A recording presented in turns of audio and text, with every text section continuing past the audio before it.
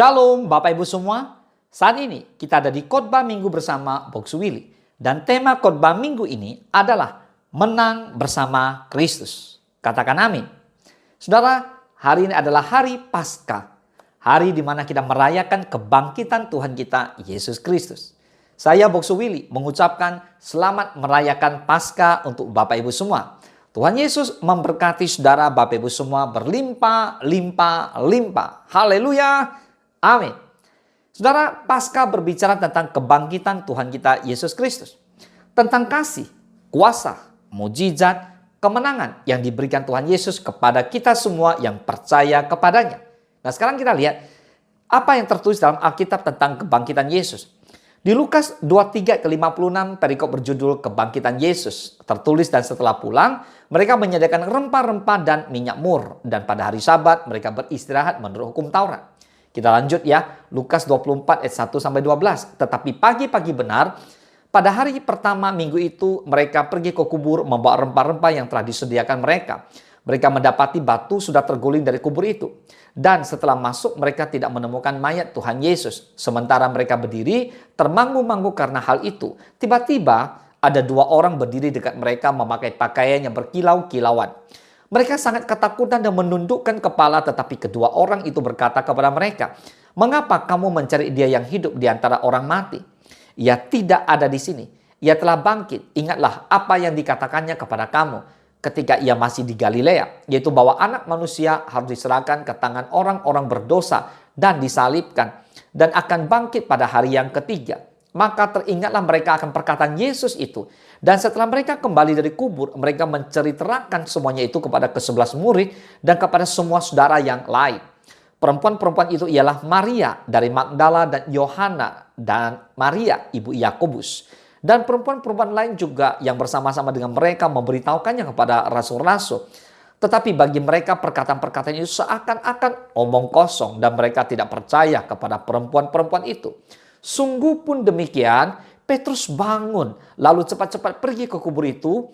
Ketika ia menjenguk ke dalam, ia melihat hanya kain kapan saja. Lalu ia pergi dan ia bertanya dalam hatinya, apa yang kiranya telah terjadi. Saudara, dari kisah ini kita bisa tahu bahwa Tuhan sudah bangkit. Yesus sudah bangkit.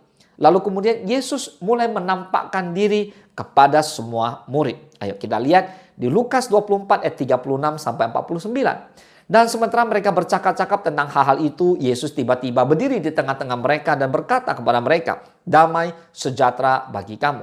Mereka terkejut dan takut dan menyangka bahwa mereka melihat hantu. Akan tetapi ia berkata kepada mereka, "Mengapa kamu terkejut dan apa sebabnya timbul keraguan-raguan di dalam hati kamu? Lihatlah tanganku dan kakiku. Aku sendirilah ini. Rabalah aku dan lihatlah. Karena hantu tidak ada daging dan tulangnya seperti yang kamu lihat ada padaku." Sambil berkata demikian, ia memperlihatkan tangan dan kakinya kepada mereka. Dan ketika mereka belum percaya karena girangnya dan masih heran, berkatalah ia kepada mereka, "Adakah padamu makanan di sini?" Lalu mereka memberikan kepadanya sepotong ikan goreng. Ia mengambilnya dan memakannya di depan mata mereka. Ia berkata kepada mereka, "Inilah perkataanku yang telah kukatakan kepadamu ketika aku masih bersama-sama dengan kamu, yakni bahwa harus digenapi semua yang ada tertulis tentang aku dalam kitab Taurat Musa dan kitab Nabi-Nabi dan kitab Mazmur." Lalu ia membuka pikiran mereka sehingga mereka mengerti kitab suci. Katanya kepada mereka, "Ada tertulis demikian, Mesias harus menderita dan bangkit dari antara orang mati pada hari yang ketiga. Dan lagi dalam namanya, berita tentang pertobatan dan pengampunan dosa harus disampaikan kepada segala bangsa mulai dari Yerusalem. Kamu adalah saksi dari semuanya ini, dan aku akan mengirim kepadamu apa yang dijanjikan Bapakku, tetapi kamu harus tinggal di dalam kota ini sampai kamu diperlengkapi dengan kekuasaan dari tempat tinggi." Katakan amin. Saudara, hari ini kita merayakan kemenangan bersama dengan Tuhan kita Yesus Kristus. Hari ini kita merayakan kebangkitan Kristus. Suatu fakta dan berita yang penting dalam kebenaran firman yang harus dimengerti oleh setiap manusia.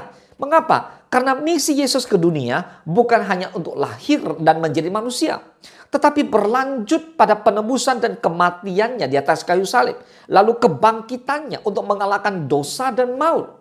Bahkan termasuk juga segala pergumulan hidup orang yang percaya kepada Dia. Amin. Kebangkitan Yesus merupakan peristiwa yang besar bagi gereja Tuhan dan kesukaan bagi umat manusia. Yesus Kristus sudah bangkit bagi kita semua. Karena itu kita adalah orang-orang yang menang, bukan orang yang kalah. Amin. Murid-murid Yesus yang selalu bersama-sama dengan dia tidak mengerti tentang kebangkitan Yesus. Karena itu mereka pagi-pagi benar, mereka pergi. Mereka merempahi mayat Yesus, rencananya begitu. Tetapi mereka bingung ketika sampai ke tempat kubur Yesus, di mana Yesus dibaringkan, mereka mendapati kubur Yesus sudah kosong. Mereka tidak tahu bahwa Yesus sudah bangkit. Padahal Yesus sudah memberitahukan berulang-ulang pada mereka bahwa Yesus akan diserahkan, dibunuh, dan kemudian bangkit pada hari yang ketiga. Nah saudara, mari kita belajar hari ini ya. Bahaya sekali kalau kita sebagai orang percaya tidak mengerti firman Tuhan. Ketika firman Tuhan itu kita tidak mengerti, maka akan terjadi penyesatan terhadap diri kita sendiri. Nah saudara, murid-murid Yesus tidak mengerti firman karena Roh Kudus waktu itu belum dicurahkan. Tetapi kita bersyukur karena Roh Kudus sudah dicurahkan saat ini pada kita semua. Roh Kudus harus mutlak memenuhi hidup saudara dan saya. Tetapi hal itu tidak menjamin kalau kita penuh Roh Kudus akan bebas dari pencobaan. Tetapi Roh Kudus menjamin akan menyertai ketika kita mengalami pencobaan. Roh Kudus akan memampukan kita untuk melewati masa-masa sulit. Amin. Nah Bapak Ibu semua, dari sini kita belajar bahwa Yesus sungguh bangkit. Yesus sungguh hidup. Nah, ketika Yesus mati di atas kayu salib. Nah kita lihat imam-imam kepala dan orang-orang Farisi bersama-sama menghadap Pilatus. Mereka mulai ketakutan. Mereka berkata pada Pilatus. Mereka bilang begini. Tuan, kami ingat bahwa si penyesat itu, maksud mereka Yesus ya. Sewaktu hidupnya berkata bahwa sesudah hari ketiga dia akan bangkit loh. Jadi mereka lebih dulu percaya pada Yesus yang akan bangkit daripada murid-murid Yesus yang selalu bersama-sama dengan dia. Tapi mereka percaya dalam artinya negatif ya. Mereka buat penyelewengan, mereka buat penyesatan. Mereka menyebarkan cerita dusta bahwa murid-murid Yesus datang malam-malam mencuri mayat Yesus. Nah pertanyaannya, kalau mayat Yesus dicuri oleh murid-muridnya, berarti Yesus masih dalam keadaan mati dong. Tapi kenyataannya Yesus kan sudah bangkit. Yesus menampakkan dirinya kepada banyak orang. So apapun kata orang tentang kebangkitan Yesus, firman Allah mengatakan bahwa jelas Yesus sudah bangkit. Yesus sudah bangkit. Kita pun harus bangkit dari keterpurukan. Amin. Hari ini kita semangat bekerja, semangat melayani Tuhan, semangat kebangkitan membuat gereja bersemangat. Kita semua harus mengalami sebuah pembaharuan dalam segala hal, baik keluarga, pekerjaan maupun pelayanan. Ya, yang mau sama-sama katakan amin. Sebab Yesus bangkit, maka ada hari esok. Amin. Yohanes 11 ayat 25 berkata, jawab Yesus, akulah kebangkitan dan hidup. Barang siapa percaya kepadaku, ia akan hidup walaupun ia sudah mati. Artinya kebangkitan Kristus ini sebagai penegasan bahwa ia adalah kehidupan. Di dalam Kristus ada kehidupan. Kehidupan yang bukan hanya sekedar hidup, melainkan kehidupan yang kekal. Karena Kristus telah bangkit, maka setiap orang yang percaya kepadanya juga akan mengalami yang namanya kebangkitan. Amin. 1 Yohanes 5:5 dikatakan, siapakah yang mengalahkan dunia selain daripada dia yang percaya bahwa Yesus adalah anak Allah. Sampai hari ini banyak orang Kristen yang sepertinya tidak mengalami kuasa kebangkitan Kristus dalam kehidupan mereka. Mereka sepertinya masih menjadi orang-orang yang kalah, bergumul dalam hari-hari yang sulit, tertunduk kepalanya. Hai saudara, bangkit. Saudara, kalau kita menjadi orang Kristen terseok-seok, maka kita menjadi orang Kristen yang sangat mengecewakan, saudara. Perjalanan hidup sepertinya penuh dengan kekecewaan. Masalah yang banyak. Lebih parah lagi, ada orang yang jual Yesus, bahkan tinggalkan Yesus. Oh Tuhan, bertobatlah saudara. Di Markus 16:3 dikatakan, mereka berkata seorang kepada yang lain, siapa yang akan menggulingkan batu itu bagi kita daripada pintu kubur? Dalam keputusasaan, kita terus kadang bertanya juga seperti itu kan. Siapa yang akan menggulingkan batu itu bagi kita dari pintu kubur? Batu adalah gambaran dari masalah, tantangan dalam kehidupan kita. Namun perhatikan, ketika mereka sedang bercakap-cakap, tiba-tiba Yesus itu datang. So kebangkitan Tuhan Yesus dari kematian adalah sebuah fakta, bukan omong kosong, bukan sekedar gosip murahan. Nah, namun hal itu tidak disadari oleh murid-murid Yesus. Maka mereka berkata, adakah engkau satu-satunya orang asing di Yerusalem yang gak tahu apa yang terjadi hari-hari ini? Nah, Bapak Ibu, ketika kita menghadapi pergumulan hidup yang berat, kita pun seringkali tidak merasakan kehadiran Tuhan Yesus. Kita menganggap bahwa Tuhan Yesus itu jauh dari kita dan tidak memperdulikan kita. Salah besar, saudara. Tindakan Tuhan Yesus mendekati muridnya yang sedang galau adalah bukti bahwa Yesus begitu mengasihi murid-muridnya, Yesus begitu mempedulikan hidup mereka. Bapak Ibu semua, Tuhan pernah berkata di Yesaya 4 bahwa sampai masa tuamu aku tetap dia, dan sampai masa putih rambutmu aku menggendong kamu. Aku telah melakukannya dan aku mau menanggung kamu terus. Aku mau memikul kamu dan menyelamatkan kamu. Katakan amin. Sekarang kita lihat apa dampak daripada kebangkitan Tuhan kita Yesus Kristus. Ada 3. Saudara, berikut adalah 3 dampak kebangkitan Kristus. Yang pertama, Injil yang tersebar leluasa. Yang kedua, iman yang tidak sia-sia. Dan yang ketiga, dosa yang tidak lagi berkuasa. Ayo kita bahas yang pertama, Injil yang tersebar leluasa. Di 1 Korintus 15 ayat 13-14 berkata, kalau tidak ada kebangkitan orang mati, maka Kristus juga tidak dibangkitkan. Tetapi andai kata Kristus tidak dibangkitkan, maka sia-sialah pemberitaan kami dan sia-sialah juga kepercayaan kamu. Bapak Ibu semua, jika tidak ada kebangkitan Kristus, maka sia-sialah pemberitaan Injil dilakukan oleh Paulus dan timnya. Sama saja dengan memberitakan hal-hal yang isapan jempol saja. Inilah yang membedakan kekristenan dengan kepercayaan lain. Iman Kristen adalah iman yang berdiri atas kebangkitan Kristus. Tanpa kebangkitan Yesus, sia-sia pemberitaan Injil. Kekristenan itu tidak pernah ada sampai hari ini. Andai saja Kristus tidak bangkit, maka binasa juga orang-orang yang mati dalam Kristus. Sehingga setiap orang yang percaya kepada Kristus menjadi orang-orang yang paling malang di dunia. Karena Kristus telah bangkit, maka kita menjadi orang-orang yang paling berbahagia dan paling beruntung. Mengapa? Karena kebangkitan Kristus memberikan jaminan kehidupan kekal bagi kita orang-orang yang percaya. Amin. Kebangkitan Kristus bukan hanya menjadi isi Injil, melainkan telah memberitakan kuasa bagi Injil kerajaan yang kita beritakan. Amin. So kita beritakan Tuhan yang hidup, yang menang atas maut. Tuhan yang dalam kemenangannya menjamin penyertaan buat saudara dan saya sampai dia datang. Amin. Yang kedua, iman yang tidak sia-sia. Mari kita lihat bersama-sama di 1 Korintus 15 ayat 14. Tetapi andai kata Kristus tidak dibangkitkan, maka sia-sialah pemberitaan kami dan sia-sialah juga kepercayaan kamu. Saudara, kita tidak menunjukkan iman kepada tokoh agama yang sudah mati dan jasad ada di kuburnya. Yang kita beritakan adalah Yesus Kristus yang telah bangkit dari antara orang mati. Mengalahkan kuasa maut. Yesus menyelesaikan seluruh tugasnya dengan tuntas. Kini Yesus yang ada di sebelah kanan Allah Bapa terus menyertai kita dengan Roh Kudus-Nya. Iman kita tidak kosong dan tidak sia-sia. Saudara, iman yang tidak kosong, tidak sia-sia berbicara tentang iman yang tidak gugur ketika ditampi. Gugur di sini merujuk pada perjuangan yang sementara kita jalani di bumi ya saudara ya. Yang sering digambarkan sebagai tantangan, rintangan secara pribadi maupun keluarga-keluarga yang dimana Bapak Ibu alami. Sementara dalam Kamus Besar Bahasa Indonesia dikatakan ditampi itu adalah membersihkan, menapis, menyaring atau mengayak. Ini sama seperti ketika seseorang akan membersihkan padi, gandum begitu.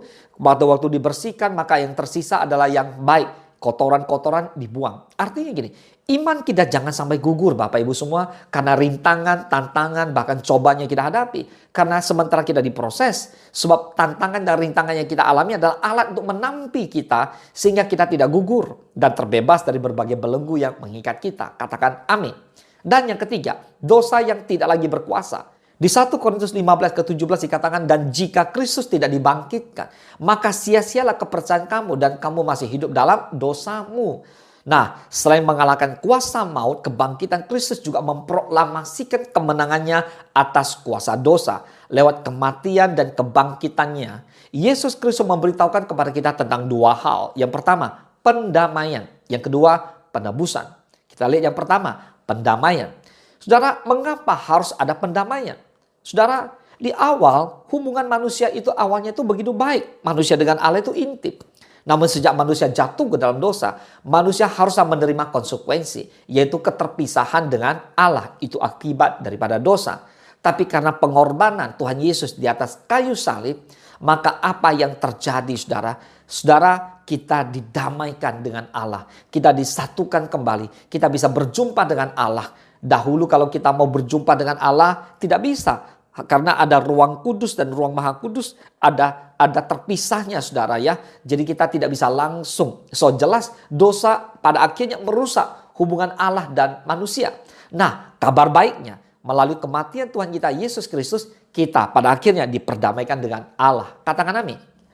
Tabir bait Allah yang terbelah dua menjadi sebuah gambaran bahwa yang awalnya ada pemisah antara Allah dan umatnya lewat kematian Yesus dan kebangkitannya. Hal itu sudah dihapuskan. Sehingga setiap saudara dan saya bisa langsung berdoa, berconnecting dengan Allah kita. Terhubung dengan Tuhan. Amin. Itu yang pertama. Yang kedua, tentang penebusan. Saudara, penebusan berbicara tentang membeli kembali. Ingat bahwa ketika manusia jatuh dalam dosa, manusia diperhamba oleh dosa. Kita ibaratnya kayak budak gitu loh. Nah, penebusan dalam Kristus artinya Yesus membeli saudara dan saya dari perbudakan dosa. Jadi Tuhan sudah membeli saudara dan saya dengan harga yang lunas. Jadi saudara dan saya sudah dibeli dengan harga lunas. Kita yang percaya dimerdekakan dari ikatan dosa itu. Tubuh kita sekarang tidak lagi menjadi hamba dan alat dosa, melainkan menjadi hamba Tuhan.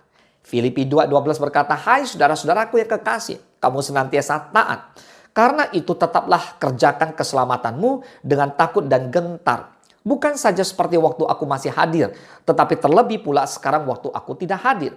Nah saudara, hidup kita sekarang yang telah merdeka dari dosa, kita isi dengan mengerjakan keselamatan dengan senantiasa taat kepada Kristus. Galatia 2:20 dikatakan, "Namun aku hidup, tetapi bukan lagi aku sendiri yang hidup, melainkan Kristus yang hidup di dalam aku. Dan hidupku yang kuhidupi sekarang di dalam daging adalah hidup oleh iman dalam Anak Allah yang telah mengasihi aku dan menyerahkan dirinya untuk aku." Amin. Mari kita menang bersama Kristus, kita bangkit bersama Kristus, kita menuai bersama Kristus, kita hidup bersama Kristus. Ada hari esok.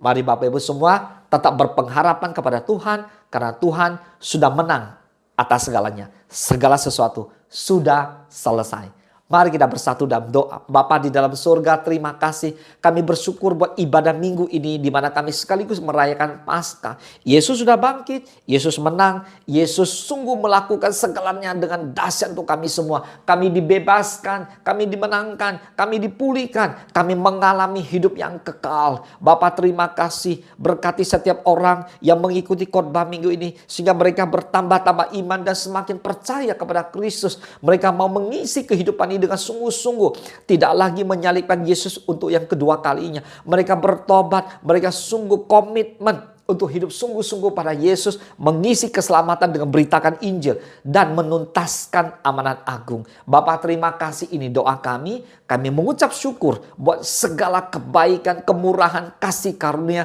yang Tuhan berikan untuk kami semua. Kami bersyukur hanya di dalam nama Tuhan Yesus. Haleluya. Mari Bapak Ibu semua diberkati oleh firman Tuhan. Bersama-sama kita katakan amin. Selamat hari Minggu, selamat merayakan Paskah, selamat menjadi umat-umat pemenang. Tuhan Yesus memberkati kita semua berlimpah-limpah-limpah. Amin.